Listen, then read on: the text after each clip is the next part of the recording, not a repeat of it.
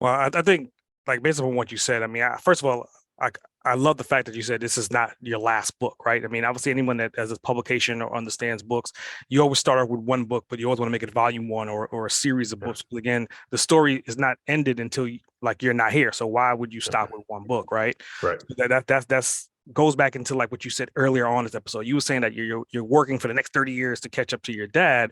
So I want you to knock off 10 years from that. And I want you to say, okay, where ideally do you see yourself with your books, with your business, with family 20 years from now? Ooh, all right. Mid 50s, private jet. I don't joke, man. It was on my 35. By 35, I wanted a private jet. Don't know that I'm going to hit that number. I might be close, but honestly, I would love a jet that I can get around the country, get around the world in a faster manner to save time to speak more.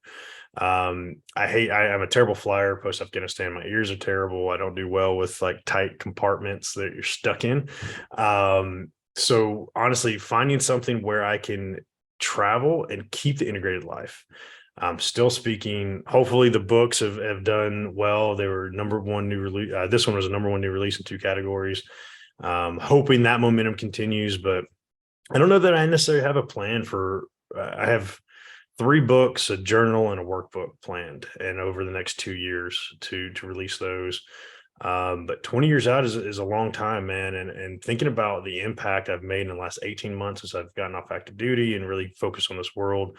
ATL Vets, Advancing the Line for Veterans, is I think going to be my legacy piece, man. Really focusing on helping the veteran community merge into the business community. Mhm. And you've been to my events, man. So like trying to bring veterans into business and business into veterans and trying to mix these worlds where we have this community. I think recognizing like a legacy community of sorts would be phenomenal. Having this community of people across the country, across the world that have the empathy to recognize we all struggle with the same shit that we don't want to talk about.